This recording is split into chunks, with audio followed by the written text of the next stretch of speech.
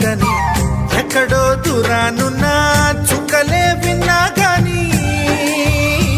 కదిలించలేదా కాస్త కూడా నీ మనసుని పరదాలు దాటి ఒక్కసారి పలకరించవేమి అందరినీ ఇలా వెంటపడి అడగాల